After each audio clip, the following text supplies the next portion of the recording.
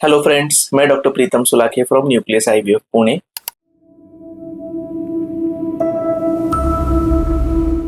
आज हमारी ओपीडी में एक पेशेंट आई थी जिसने हमें पूछा कि डॉक्टर साहब, मैं सुबह सब्जी कट कर रही थी, लेकिन सब्जी कट करते समय अचानक से मुझे मेरी उंगली को चाकू से लग गया और थोड़ा सा खून आया। तो मुझे टीटी का इंजेक्शन लेना चाहिए कि नहीं? तो लकीली तो उस पेशेंट ने पिछले सप्ताह में ही टीटी का इंजेक्शन लिया हुआ था, इसलिए हमने उसको रिपीट नहीं किया।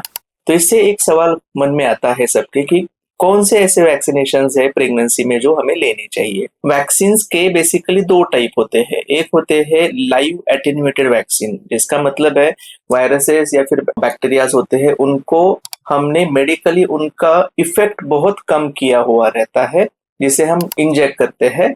या फिर जो वायरसेस या फिर बैक्टीरिया ऐसे होते हैं जिनको हमने मार दिया है और उनके जो सिर्फ प्रोटीन्स है उनका सस्पेंशन बना के हम इंजेक्शन में देते हैं। तो ये बेसिकली दो टाइप होते हैं। प्रेगनेंसी में हम लाइव वैक्सीनेशन नहीं देते हैं, एज फार एज पॉसिबल वो हम अवॉइड करते हैं। प्रेगनेंसी में वैक्सीन जो होते हैं वो डेड वैक्सीनेशन या फिर जिसे हम किल्ड वैक्सीन कहते हैं। अब प्रेगनेंसी में वैक्सीनेशन की जरूरत क्यों है? तो बेसिकली उसके चार पर्पज है।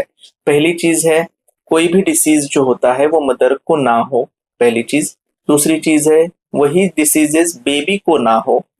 तीसरी चीज, जब बेबी हो जाता है तो कुछ डिसीजेस अर्ली लाइफ में इमीडिएटली हो जाते हैं, तो हम वैक्सीनेशन के थ्रू वो प्रिवेंट कर सकते हैं।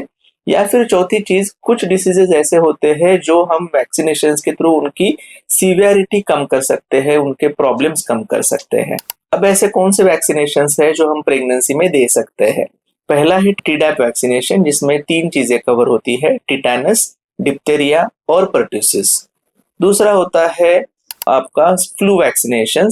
तीसरा होता है कोविड वैक्सीनेशन जो हमने प्रीवियसली देखा है। और चौथा होता है आपका respiratory syncytial virus vaccination, RSV vaccination जिसे कहते हैं। अब हर एक वैक्सीनेशन का प्रेगनेंसी में देने का टाइमिंग अलग अलग हो सकता है। जनरली गवर्नमेंट हॉस्पिटल्स या फिर जो स्मॉल सेटअप हॉस्पिटल्स होते हैं उनमें पेशेंट्स को जैसे ही प्रेगनेंसी फॉलोअप के लिए आते हैं, फर्स्ट डोज टीडैप वैक्सीनेशन दिए जाते हैं। आइडियली ये वैक्सीनेशन जो है फर्स्ट डोज अराउंड 27-28 वीक्स और सेकंड वैक्सीनेशन अराउंड 36 वीक्स देना होता है।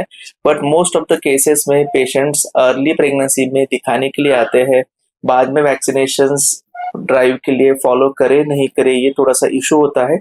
इसलिए फर्स्ट वैक्सीनेशन जैसे ही पेशेंट रजिस्टर हो जाते हैं तभी दे दिए जाते हैं। दूसरी चीज है जैसे कोविड वैक्सीनेशन। कोविड वैक्सीनेशन भी हम कभी भी प्रेगनेंसी में दे सकते हैं। तीसरा होता है, जैसे हमने डिस्कस किया, RSV vaccination, respiratory syncytial virus vaccination 32 week से लेके 36 वीक्स तक हम दे सकते हैं।